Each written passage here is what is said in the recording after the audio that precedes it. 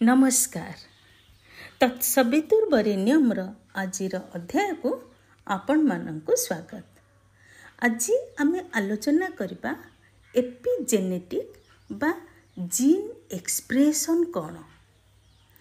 तेबे एपिजेनेटिक बा gene expression विषय आमे काहेकि जानिबा, कौन दरकार आमर ए सब जानिबार। गर्भावस्था समय रे जहाँ जेमती आमे आहार विहार विचार मनोभाव तथा वातावरणर परिवर्तन करिथाउ, किंतु गर्भावस्था पूर्वरु मध्य पूर्व प्रस्तुतिर आवश्यकता थाए। काहेकि थाए?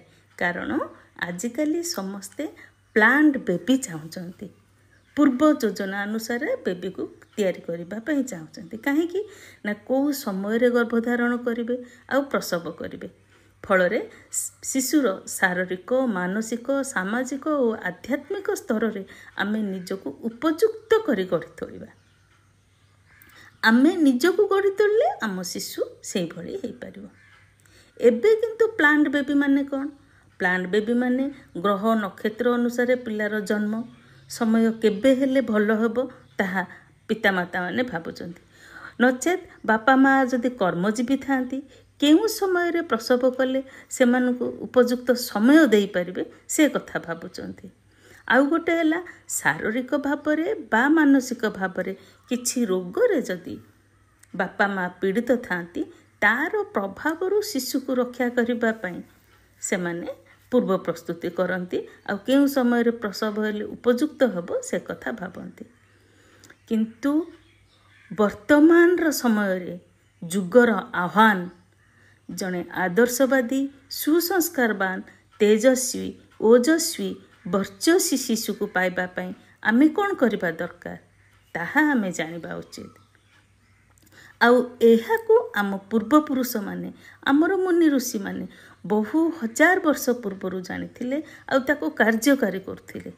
सेथिपाई तो आम घरे राम कृष्ण विवेकानंद वर्तमान रो Google boy Indian Idol India Got Talent अनेक शिशु प्रतिभा को आमे पाई परछु। तेबे आसंतु एथिपाई ए समस्तंकर पितामाता किपरि निजको प्रस्तुत करथिले ताहार एक वैज्ञानिक पृष्ठभूमि को आमे आज देखिबा एही एपिजेनेटिक माध्यम रे बा जीन एक्सप्रेशन माध्यम रे। तेबे ए जीन एक्सप्रेशन होची कौन बा एपिजेनेटिक कौन? एपिजेनेटिक दीटा शब्द को नहीं गठित, एपी आउ जेनेटिक।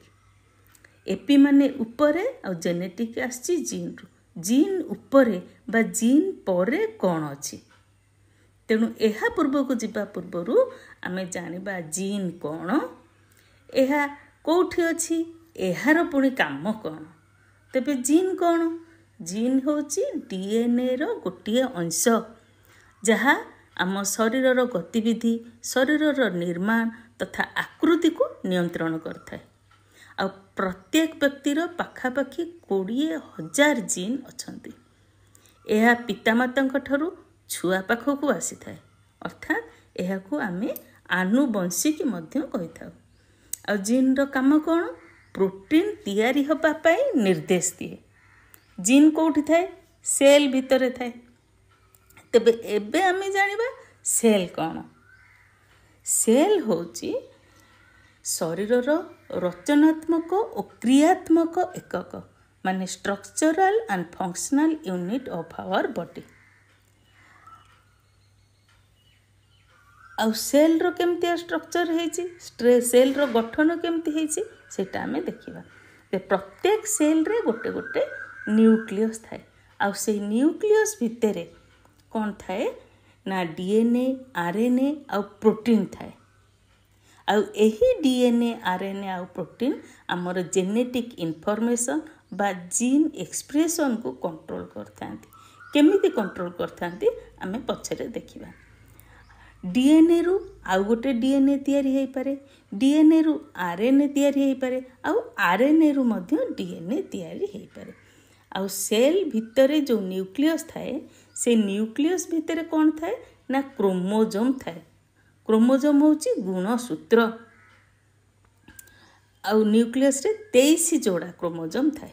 जहाँ सेल डिविजन समय जदि आम देखा सेल को माइक्रोस्कोप रे आमको देखा यह एक्स आकार गोटे आकृति होची क्रोमोजोम।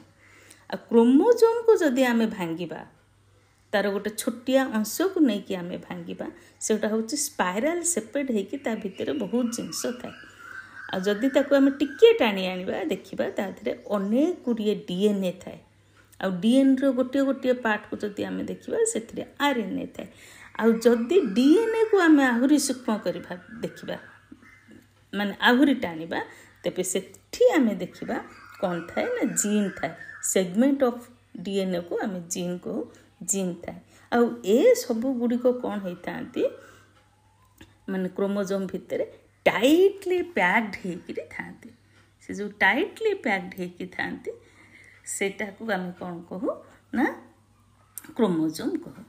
एबे देखिबा आम सेल रो काम कौन। सेल कौन करे ना यह आम शरीर रो प्रोटीन मेकिंग मेसीन।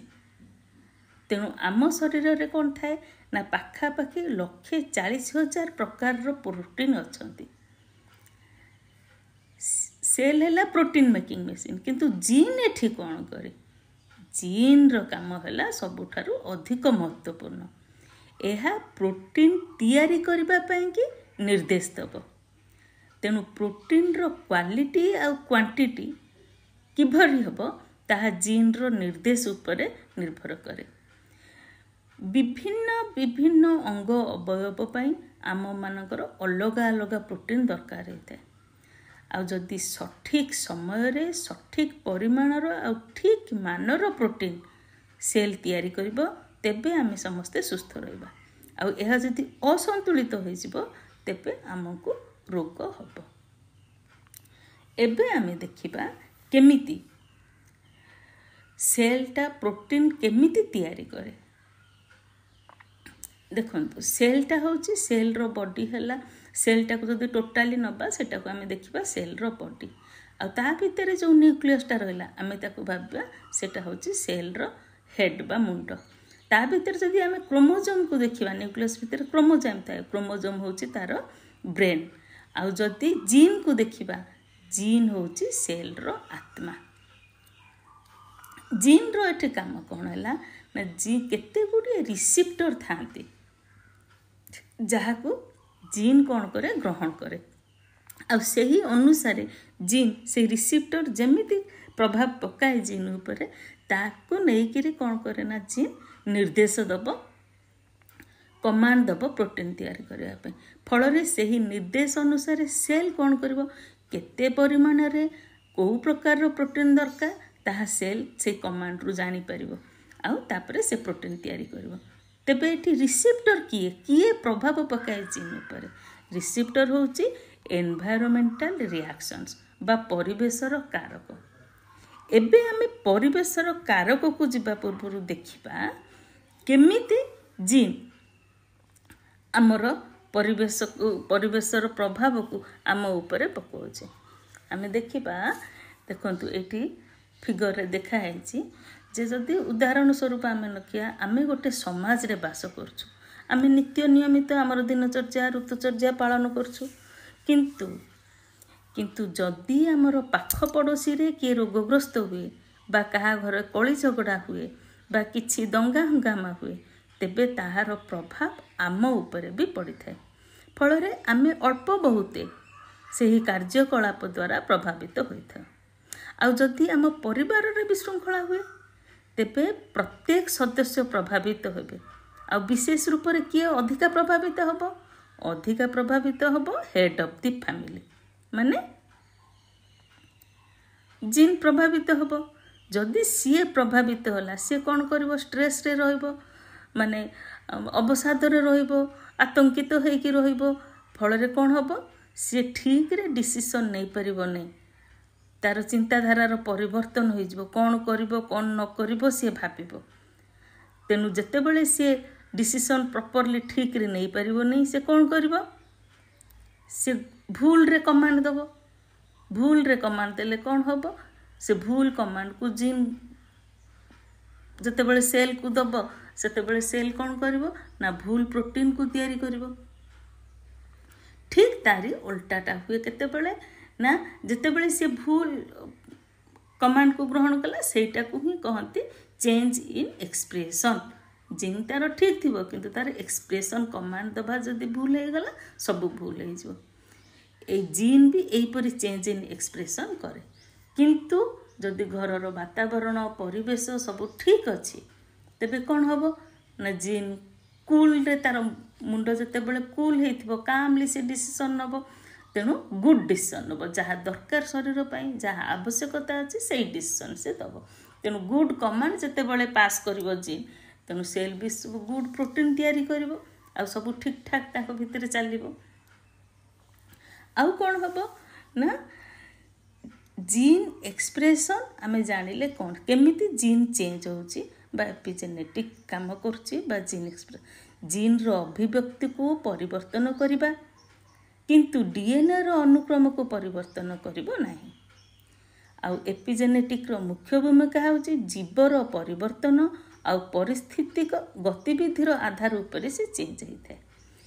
यह निर्णय करे को जीन एक्टिव रहिबो किए इनएक्टिव रहिबो आउ किए पार्शियली एक्टिव रहिबो। आउ यह भी इनहेरिटेड माने यह पितामाता ठारू भावी पीढ़ी पाखक मध्य जाइଥାଏ आउ ताहार मध्य परिप्रकाश करिଥାଏ। आमे एबे जेते सब आलोचना कले एगुड़िक बहु पुरातन कालरू आमे जानिछे किंतु 2012 मसीहारे सिनिया यामाका आउ सार जोन बी गुडान ए एपिजेनेटिक उपरे नोबेल प्राइज पाइचंती। केमिति केमिकल चेंजेस आम एनवायरनमेंट रे आम वातावरण रे केमिकल चेंज है कि से जीन को बा जीन रो एक्सप्रेशन को चेंज करछि सेही विषय को सेही विषय उपरे से काम करके नोबेल प्राइज पाइचंती। जेतेबेले कि वेदर आरंभरू सृष्टिर आरंभरू आम संस्कार संस्कृति तथा ऋषि परंपरा जानिथिले एपिजेनेटिक विषय रे आउ एहाकू भी से बारंबार अनेक बार मध्य प्रमाणित करथिले। तेबे एबे जानिबा परिवेशर कारक सब कौन जहाँ जीन एक्सप्रेशन को चेंज करने को बाध्य करुछि। गोटे हैला टॉक्सिन बा विष। विष कौट थाए आमर खाद्य पानी वायुमंडल रे विष थाए। खाद्यर केमती खाद्य आम देखुचु सार पीड़िया रंग प्रिजर्वेटिव पैक्ड फूड इत्यादि इत्यादि आम सब जानी से अनुसार जानी केमती प्रदूषित होउछि पानी आ वायुमंडल एगुड़िक सब प्रभावित हेले भी जीन रूप में तार प्रभाव पड़ो। तेणु आम केमितिया खाद्य पानी वायुमंडल रहा दरकार। तेणु आम शुद्ध संस्कारित संतुलित समय अनुसार आउ सात्विक खाद्य खाइबा दरकार। आउ ये संस्कारित सात्विक खाद्य उपरे भी डिस्क्रिप्शन बॉक्स रे आमे लिंक छाड़ देथु सेठर देखिबे संस्कारित खाद्य कौन। आ गोटे होची ट्रमा बा आघात आ ऊपर हमर कंट्रोल नहीं तथापि आमे चेष्टा करिबा जेंति ट्रमा कौन आघात कौन ना शारीरिक और मानसिक आघात। शारीरिक आघात हेले हमको कष्ट होबो तेणु आमर मन विषाद होबो डरी जिबा विषादग्रस्त होबा डरिले आ विषादग्रस्त हेले कौन होबो ना गोटे कॉर्टिसोल हार्मोन आम भितर क्षरण हम आ से कॉर्टिसोल हार्मोनटा कौन हो गोटे नकारात्मक हार्मोन जहाँ सेल रो वातावरण को मध्य प्रभावित करिवो। आ गोटे होची आमर भाव आमर थॉट प्रोसेस भी आमर गोटे फैक्टर होते केमती जेते बेले आमे नकारात्मक भाव आम भितर अभाव सृष्टि करे। तेणु जदि आमे नकारात्मक भाव रे रहिबा आमे विषादग्रस्त भाव रे रहिबा आमर जीन प्रभावित हो। तेणु आमे कौन करिया सब बड़े हसिबा हसिले कौन हम एंडोरफिन डोपामाइन आदि हार्मोन क्षरण हम। एगुड़िका होचंदी कौन ना फील गुड हार्मोन आम मन को खुशी रखिबे आउ सकारात्मक हार्मोन आ जते बेले सकारात्मक हार्मोन क्षरण हुए सेते बेले आम भितर पीड़ा मानसिक अवसाद ये सब गुड़ाक दूरीभूत हो जाए। तेणु जो छोट पिलाटाए पड़ जाए जो पिलाटी छोट होता है पड़ज से कांदिया पूर्व ताकू आम हसैवा तार मनोभूमि की परिवर्तन करने को सेठू ताकू दूरे देवाई कि चेष्टा करा जाए। फल पिला जापर नहीं ताकू कौन कष्ट होची बा जंत्रणा होची। तेणु सकारात्मक भाव आमे केमिति सृष्टि करबा तापाई आमे कौन करबा। आमे सिना खाद्य पानीय କ'ଣ ଆଘାତକୁ ଦୂରେଇ ଦେଇପାରିବା ସହଜରେ, କିନ୍ତୁ ଭାବନାଟାକୁ ଥଟ୍ ପ୍ରୋସେସଟାକୁ କେମିତି ପରିବର୍ତ୍ତନ କରେ। ସକାରାତ୍ମକ ଭାବ ଆମ ଭିତରେ ସୃଷ୍ଟି କରିବା ପାଇଁ ଆମେ କ'ଣ କରିବା ନା ଯେତେ ସବୁ ପୁରୁଣା ନକାରାତ୍ମକ ଭାବ ଅଛି ତାଠାରୁ ଆମେ ଆମ ନିଜକୁ ଦୂରେଇ ରଖିବା। ଆଉ କ'ଣ କରିବା ନା ନୂଆ ନୂଆ ସକାରାତ୍ମକ ଭାବନାକୁ ଆମ ଭିତରେ ସୃଷ୍ଟି କରିବା। ସେ ସକାରାତ୍ମକ ଭାବନା କେମିତିଆ ହେଇଥିବ ନା ଯାହା ଆମ ପାଇଁ ଆମ ସମାଜ ପାଇଁ ଉପକାରୀ ସିଦ୍ଧ ହେଉଥିବ। ଆଉ କ'ଣ କରିବା ନା ଭଲ ଭଲ ପୁରୁଣା ଭାବନା ଆମ ଭିତରେ ଆଗରୁ ଯାହା ଥିଲା ତାକୁ ଆମେ ଉଜ୍ଜୀବିତ କରିବାକୁ ଚେଷ୍ଟା କରିବା। ତେବେ ଯେତେ ସବୁ ପୁରୁଣା ନକାରାତ୍ମକ ଭାବ ଅଛି ତାକୁ ଆମେ କେମିତି ଦୂରେଇବା? ତାକୁ ଆମେ ଦୂରେଇବା ଆମ ମନ ଭିତରେ ଯେତେ ସବୁ କୁବିଚାର, କୁସଂସ୍କାର, କୁପ୍ରବୃତ୍ତି ଅଛି ସେ ସବୁକୁ ଦୂର କରିବା ପାଇଁକି ଚେଷ୍ଟା କରିବା। କେମିତି କରିବା?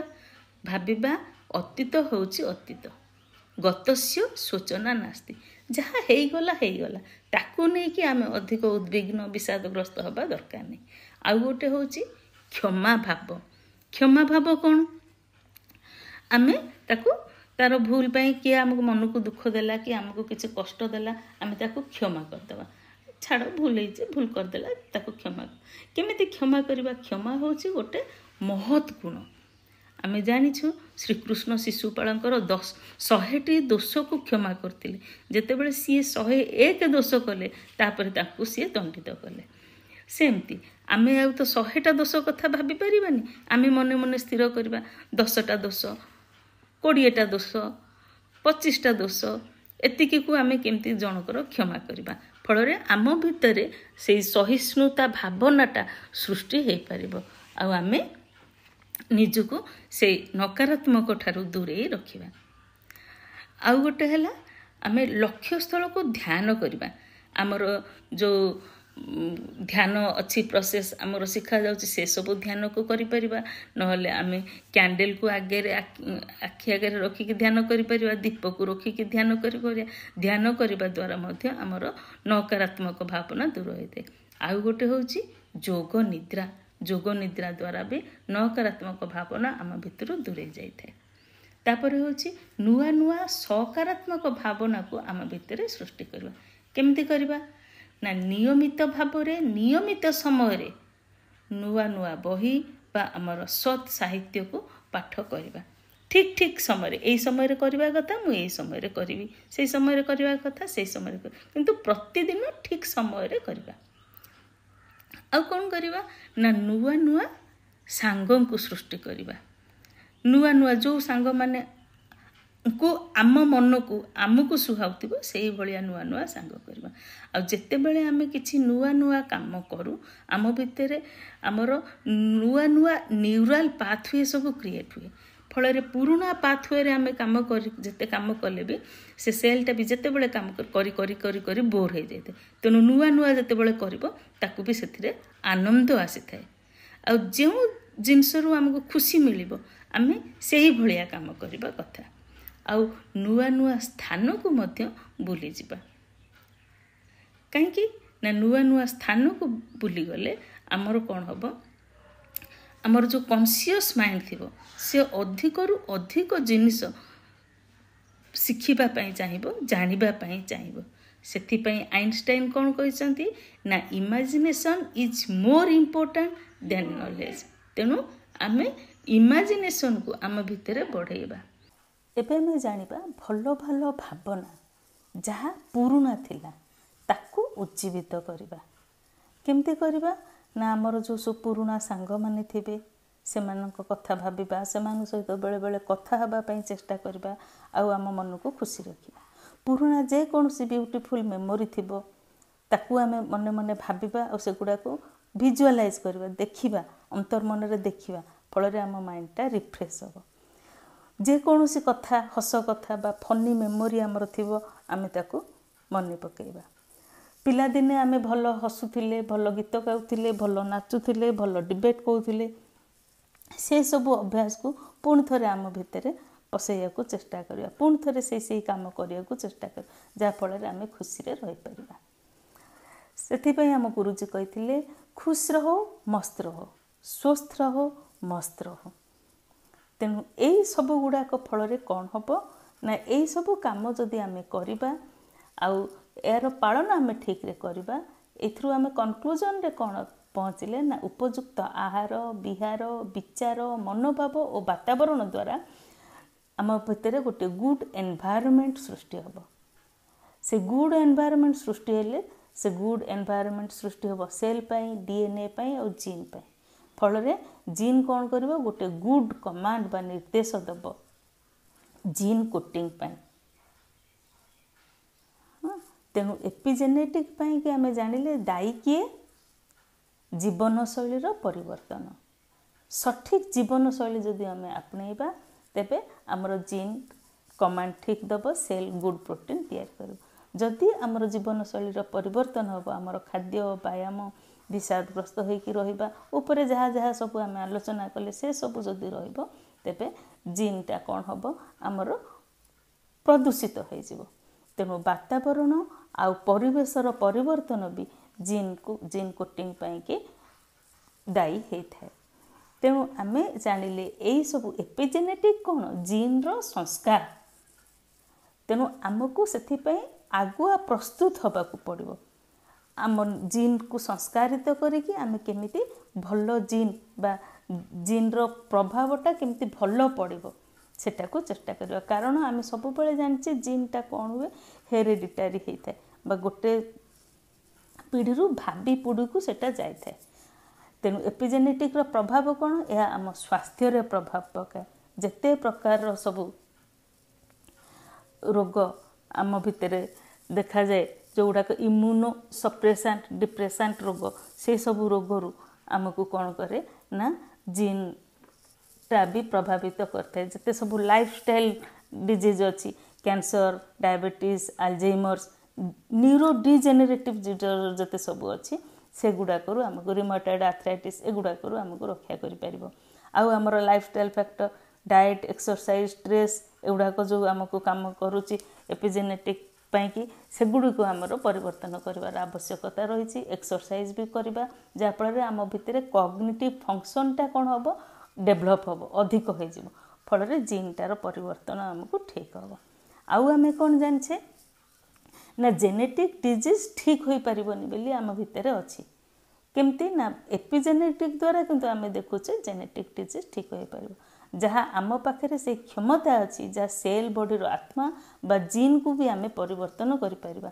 केमती करिपरिबा ना आम तार कार्य प्रणाली को जमिति हबाकू दरकार थिबो आम नुआ नुआ प्रकार रे प्रोग्रामिंग करिपरिबा प्रोग्राम केमती करबा आम पूरा टोटल बॉडीटा होची गोटे कंप्यूटर परे आ तार हार्डवेयर होची जीन किंतु सॉफ्टवेयर होची एपिजेनेटिक आम जिते बड़े चाहिए से सॉफ्टवेयर को परिवर्तन करिपरिबा नुआ वर्जन दे परिबा पुणी नुआ प्रकार को जाई परिबा पुराना प्रकार को जाई परिबा सब करिपरिबा आ ए सब एते गुडे जो आज आम आलोचना कले से आलोचना को जदि आमे नवदंपति को ऊपर बा किशोर किशोरी बालक बालिका मानक ऊपर प्रयोग करिबा तेबे आमे देखिबा जे से माने जेते बेले जीन रो संस्कार करिपारिबे भल विचार मनोभाव आहार विहार वातावरण को निज वातावरण निज पाई कि गोटे प्रस्तुत करिपारिबे जेते बेले तांकर एपिजेनेटिक तांको भीतर परिवर्तन होई पारिबो आ से माने जेते बेले सक्षम हेबे सेमानकर संजोग रो जेते बेले गोटे शिशुर जन्म होबा को आरंभ करबो से शिशुर जर्म सेल रे से जीनटा तैयारी हेई थिबो जेहेतु जीनटा होची हेरिडिटारी फल रे आमे जेमितिया मनोभाव पोषण करके गोटे छुआ को जन्म करबा को चाहिबा आम निज इच्छा अनुसार आमे से छुआटा को जन्म करि परिबा से जीन रे आमे से भावनाटा को भरि देइथिबा तेनु आजिर जुग को आमे आमर मन मुताबक जुग मुताबक संतान दबा पाई कि एपिजेनेटिक होची एक गुरुत्वपूर्ण महत्वपूर्ण कारण अटे। आज एतिकी धन्यवाद।